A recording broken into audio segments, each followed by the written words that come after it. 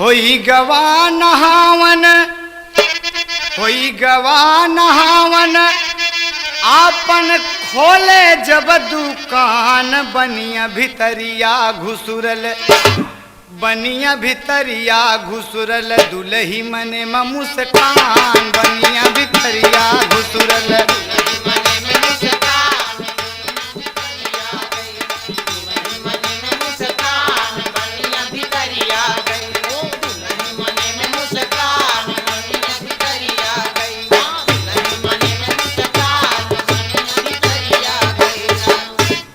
कहे बाबा प्रणाम, आशीर्वाद दिए, फिर कैसे आना हुआ, क्या बात है बताओ। कहे बाबा आज एक बड़ी ज़रूरत पड़ी है, हमारी इज्जत का सवाल है। कहें बोलो ना क्या बात है। तो कभी को उड़ान देना पड़ा। हमारे स्वामी घर में नहीं है, बड़ा कष्ट है कैसा, कई दिना का भूखा प्यासा, अरे साधु आया ऐसा हो, दुआरी मुनि द्रोण के गए, पैसा पास नहीं है ले सामान उधारी, दुआरी ऋषि द्रोण के गए। पैसा पास नहीं है ले सामान उधारी, दुआरी ऋषि द्रोण के गए, पैसा पास नहीं है ले सामान उधारी, दुआरी ऋषि द्रोण के गए।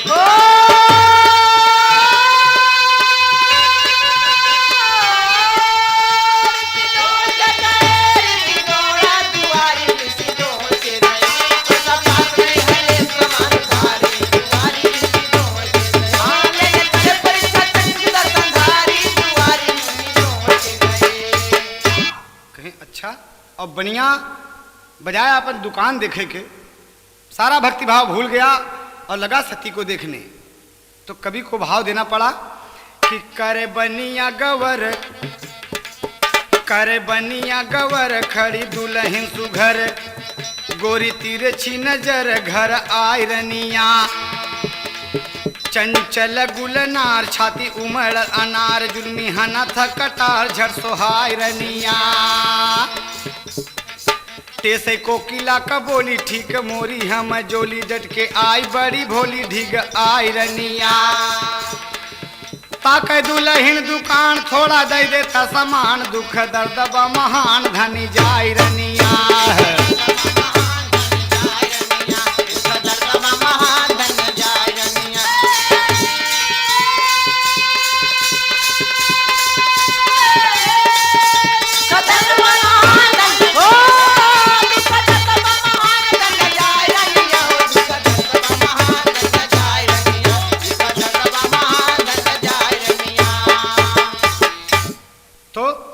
बनिया सती का रूप देख के होइगा प्रेम दीवाना, ओके कंठी माला भूल गए।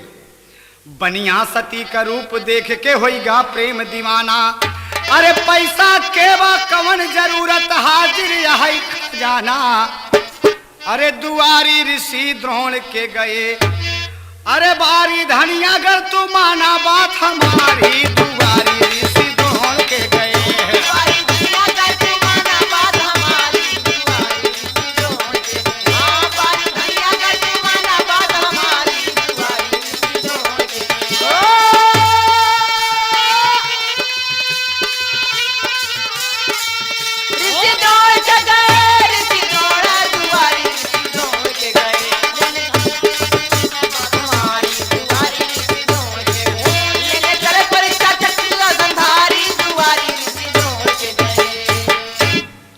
सती कहने लगी कि आपकी बात क्या है बताइए ना, जो कोई मुझे चाहिए आप दे दीजिए, पैसा एक भी नहीं है, उधार सामान चाहती हूँ, मेरी इज्जत का सवाल है।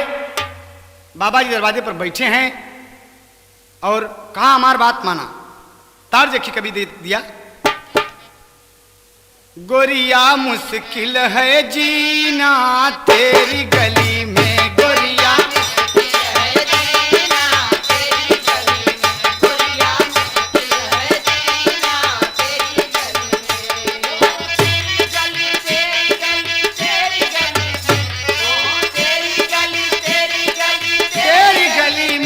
मजा बार मजा हो, मजा बार हो महीना तेरी गली में, हो मजा बार हो महीना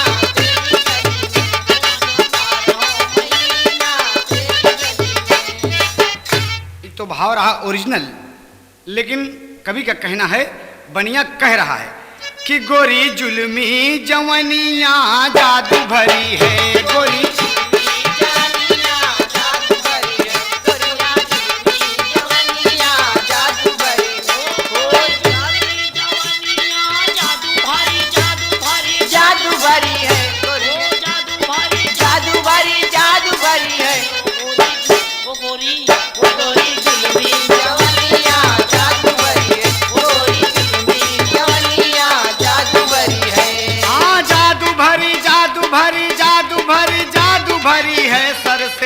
सर पे लहरे चुनरिया जादू भरी है, सर पे लहरे चुनरिया जादू भरी है, सर पे लहरे चुनरिया जादू भरी है, ओ जादू भरी जादू भरी जादू भरी, ओ जादू भरी जादू भरी जादू भरी है, सर पे लहरे चुनरिया जादू भरी है, सर पे लहरे चुनरिया जादू भरी है।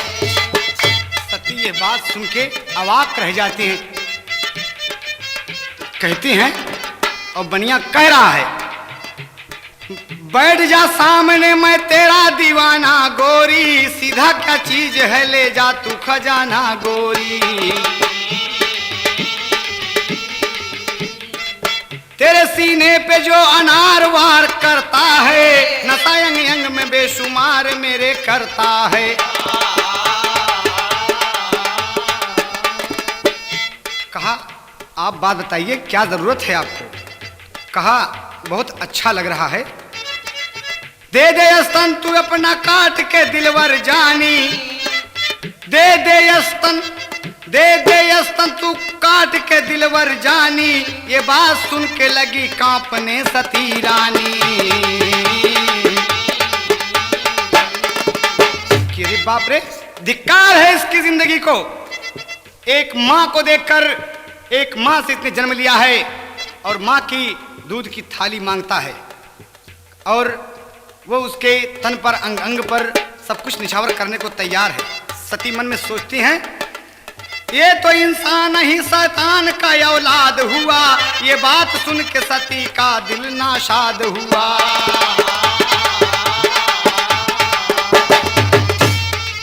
बनिया बोला कि स्तन काट को देरी ना करो, सीधा सामान सब ले जाओ अपनी झोली भरो, सीधा सामान ले जाओ अपनी झोली भरो, सीधा सामान ले जाओ अपनी झोली भरो, सीधा सामान ले जाओ अपनी झोली भरो। ले लो हाथ में कटरिया जादू भरी जादू भरी जादू भरी है, सर से पांव तक, सर से पांव तक गुजरिया जादू भरी है,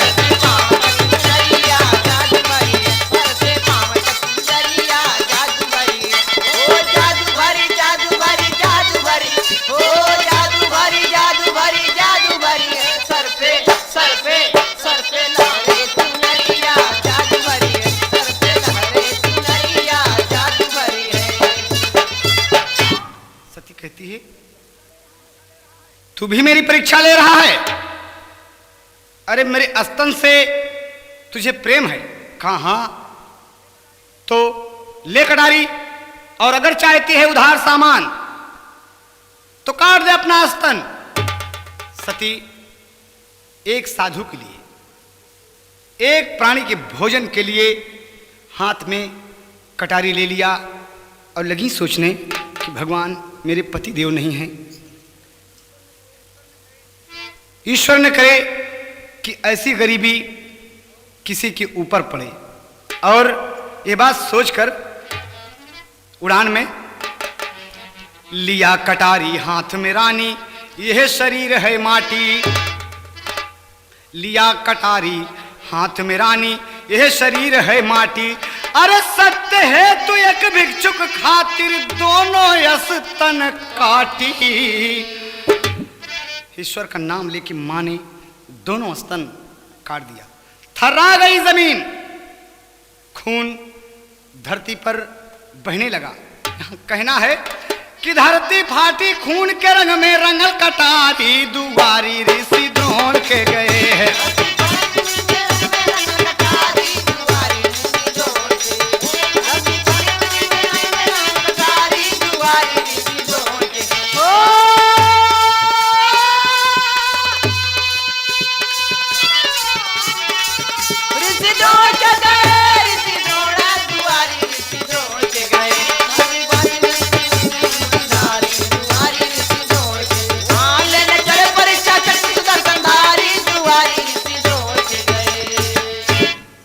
देखें, काट दिया जब स्तन, काटे स्तनवा धरनवाई कांपी गई ले, हियरा में लागला कले से बाबा, हियरा में लागेला कले। अरे बच गई जतिया सो चल बरतिया, जियरा में बहुत कले। काट के अपने हाथ से थमा दिया। ले, आंच टप टप बह रही है, मां रो रही हैं। दोनों स्तन उठाकर कहती हैं कि ले ले अपनी प्यास बुझा।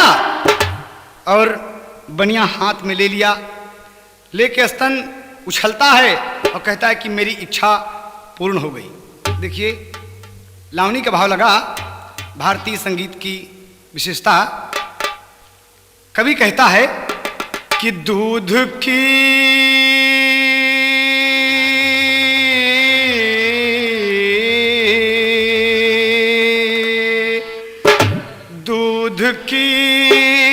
थाली लुटी और हंस रहा इंसान है।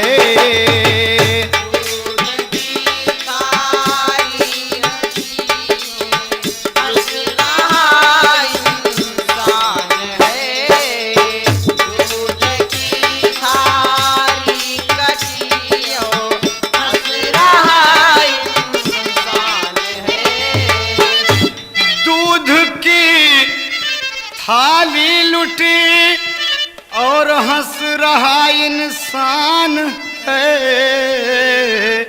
आदमी की शक्ल में, आदमी के शक्ल में इंसान ही शैतान है।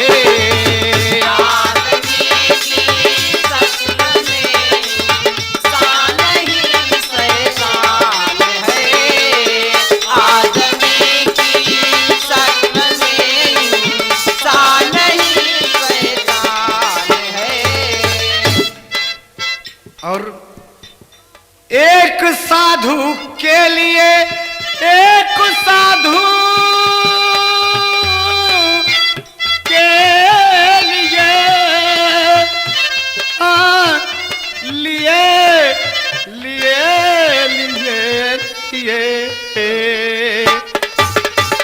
एक साधु के लिए स्तन को अपने काट दी, आसमां भी रो पड़ा, आसमां भी रो पड़ा, धरती पे तूफान है।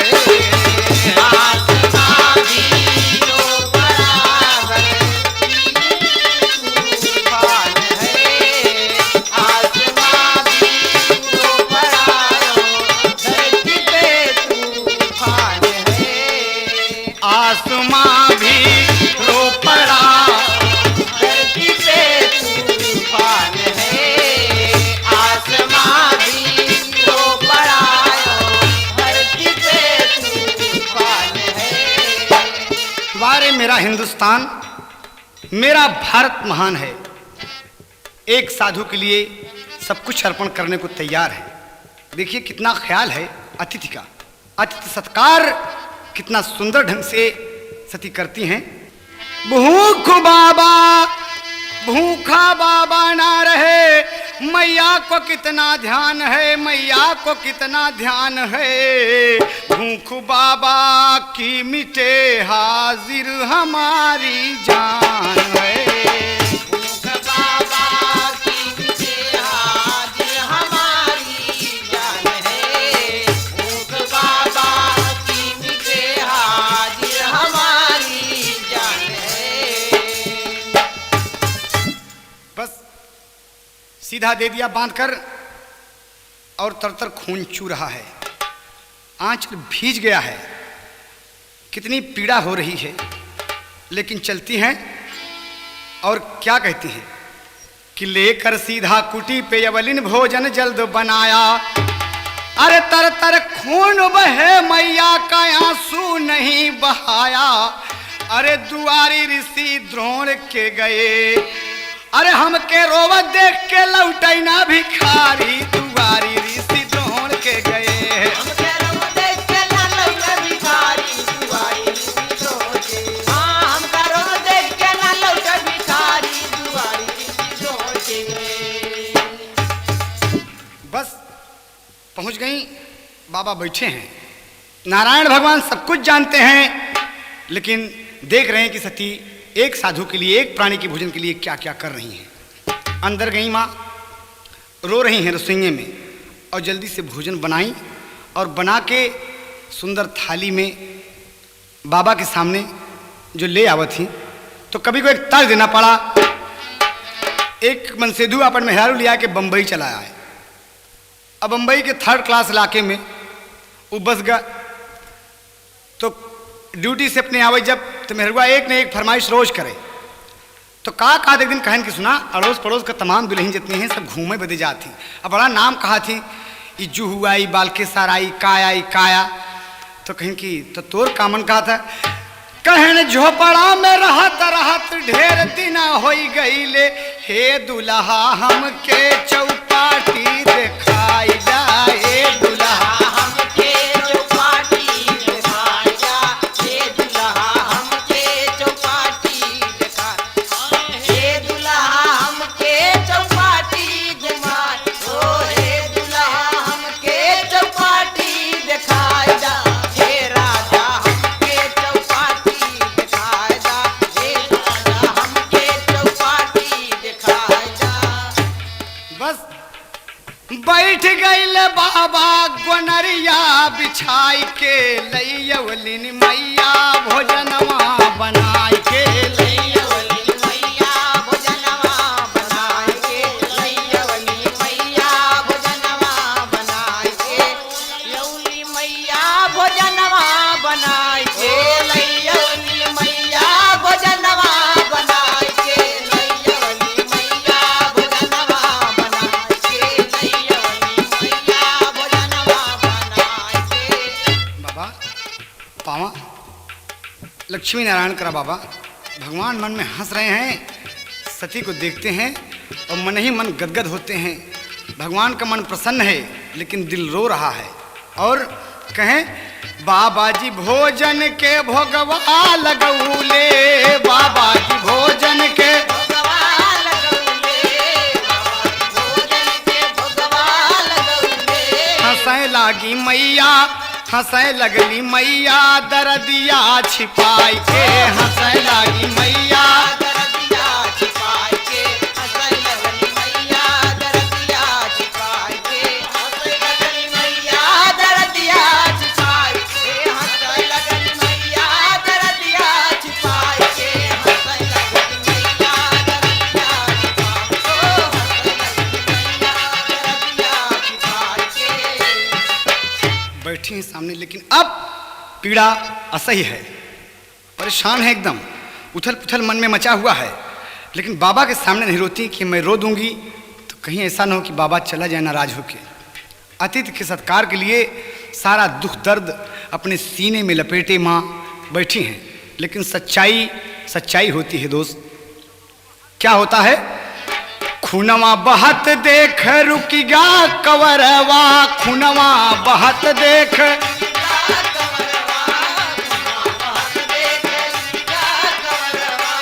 बाबा जी पूछें कब, बाबा जी पूछें कि नरवा बुलाई के। बाबा जी पूछें करनवा बुलाई के। बाबा जी पूछे करनवा बुलाई को। बाबा जी पूछे करनवा बुलाई के। बाबा जी पूछे करनवा बुलाई को। बाबा जी पूछे करनवा बुलाई के। अरे ये खून तुम्हारे आंचल से बहुत संभाला लेकिन नहीं संभला। खून देखकर भगवान चकित हो गए। कहा ये क्या बात है, ये खून कैसा बह रहा है? कहा महाराज आप भोजन करने के ना, भोजन तब तक भिखारी तुम्हारे दरवाजे पर नहीं करेगा जब तक तुम कारण नहीं बताओगी। बताओ क्या बात है, खून क्यों बह रहा है? बाबा बाबा कोई सी बात नहीं है महाराज, आप पिता परमेश्वर हैं, मेरी बात सुने। सती कहती हैं, क्या कहती हैं उड़ान में? बनिया की तब बात सही बाबा से बतवली खास, अरे सुन के करुण कहानी माँ की, अरे रोई पड़े अविनाश की तर यांस गिरई असुवन से भरी गई थारी, दुआरी ऋषि द्रोण के गए हैं।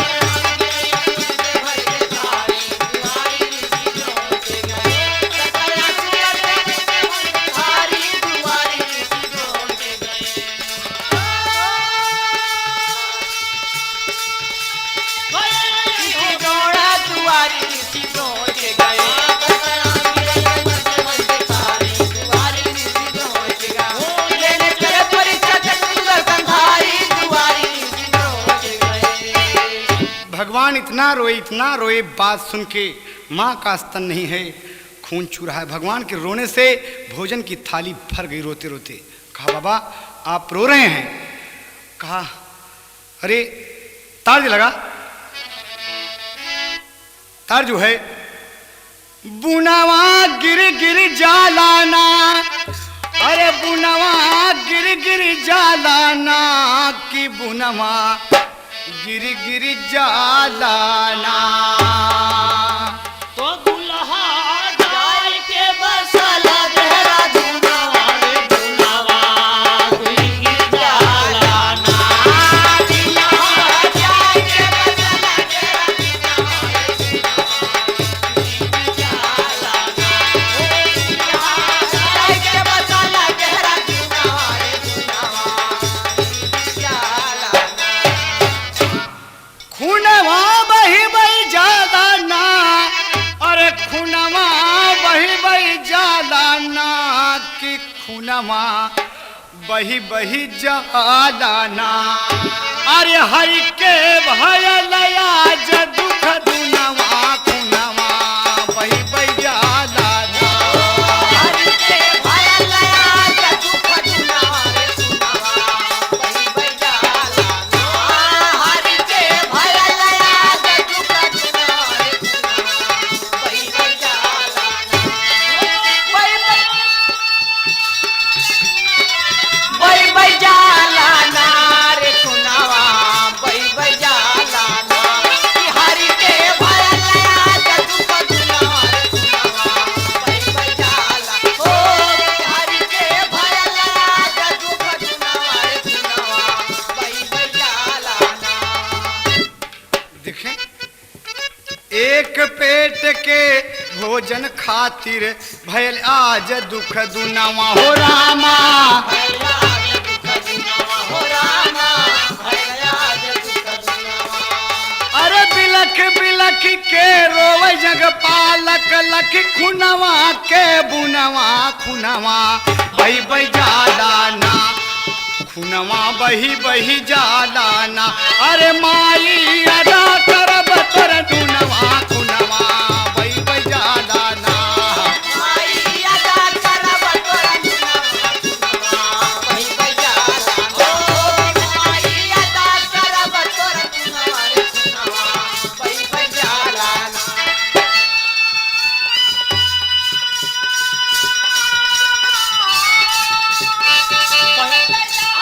नारे खुनवा बही बही जालाना रे खुनवा बही बही जालाना, कि माई अदा करब तोर दुनवा रे दुनवा बही बही जालाना, ओ माई अदा करब तोर दुनवा रे दुनवा बही बही जालाना।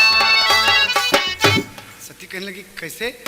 कहा भगवान वही असली रूप धारण कर लिए। पारे मेरा देश कितना महान है, सच्चाई देखकर भगवान असली रूप में प्रकट हुए। कभी का कहना पड़ा कि विष्णु असली रूप धरे तब गिरी सती जी गोरे, अरे इम्तहान में पास भाई हम तोह से नाता जोड़े, तोह के कभऊ न भूलब कीरत अमर तुम्हारी।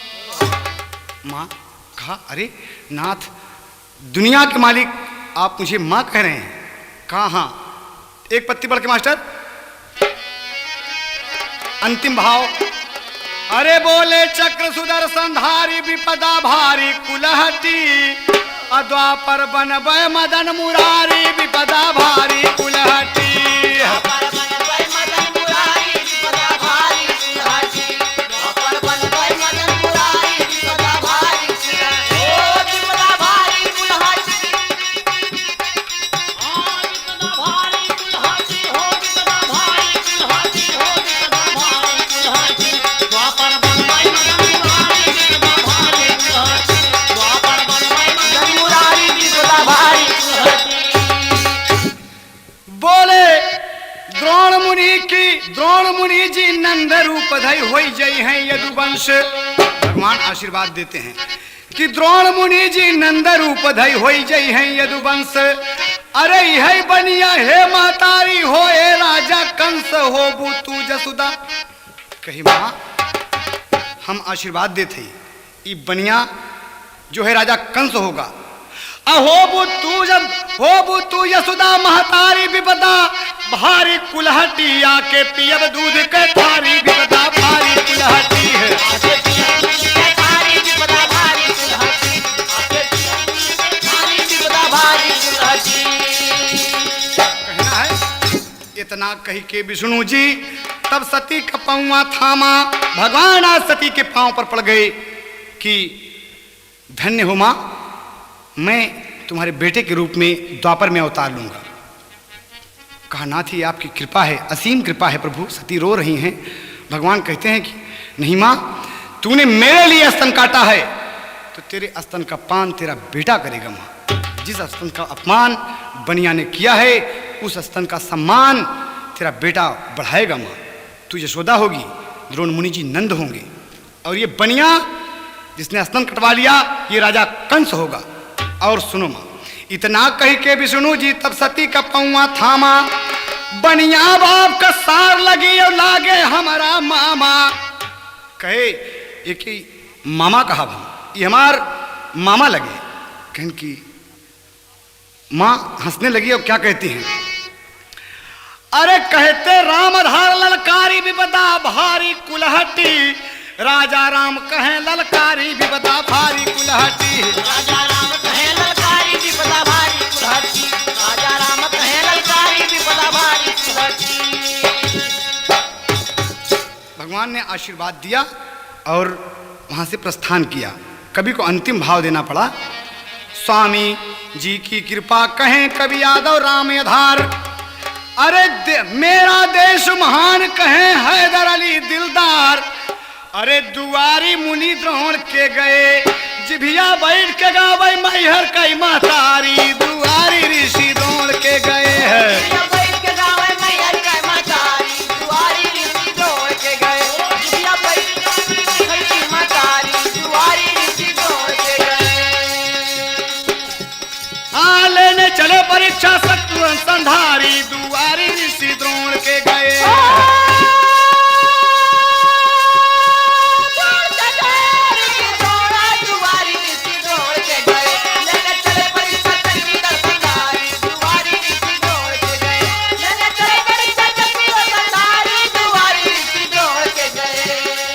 भिक्षा